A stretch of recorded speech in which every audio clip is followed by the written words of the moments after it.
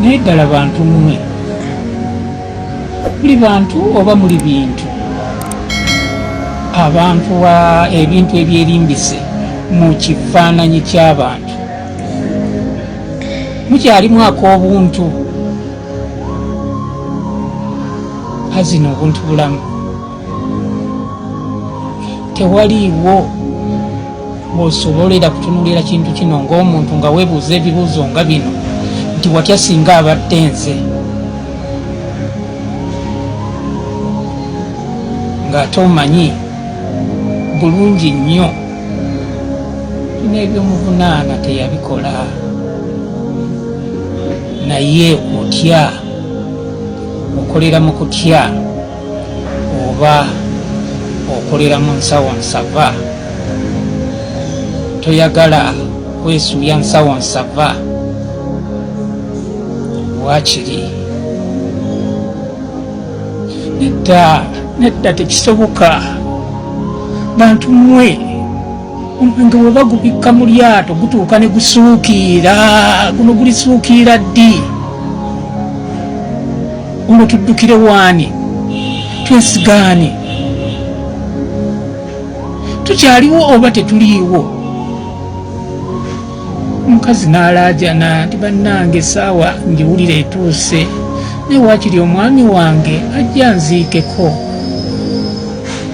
mutandika okutuwa ebisongasonga mbu simanyi era ajja kubula era ajja kukola ki mwefiira abamusinga okwagala eggwanga lye naye mutulagidde eddala nti eggwanga lino temulyagala lyabatamadda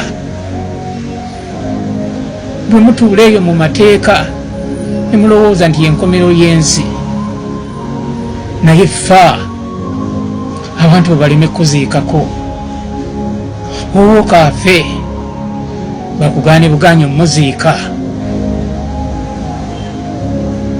ajja kudduka nga dduka alagawo si munnansi waliwo abatalidduka ne bwe mulikola mutya ng'obuyinza buli mu mikono gyo ddala ng'era olina w'osobola okuyitira n'ogamba kankole kino wakiri kibeere ekikolwa ekyobuzira ekiri nteeka mu bazira ba wano nti nakola kino ne kinzisa oba ssente ne sizifuna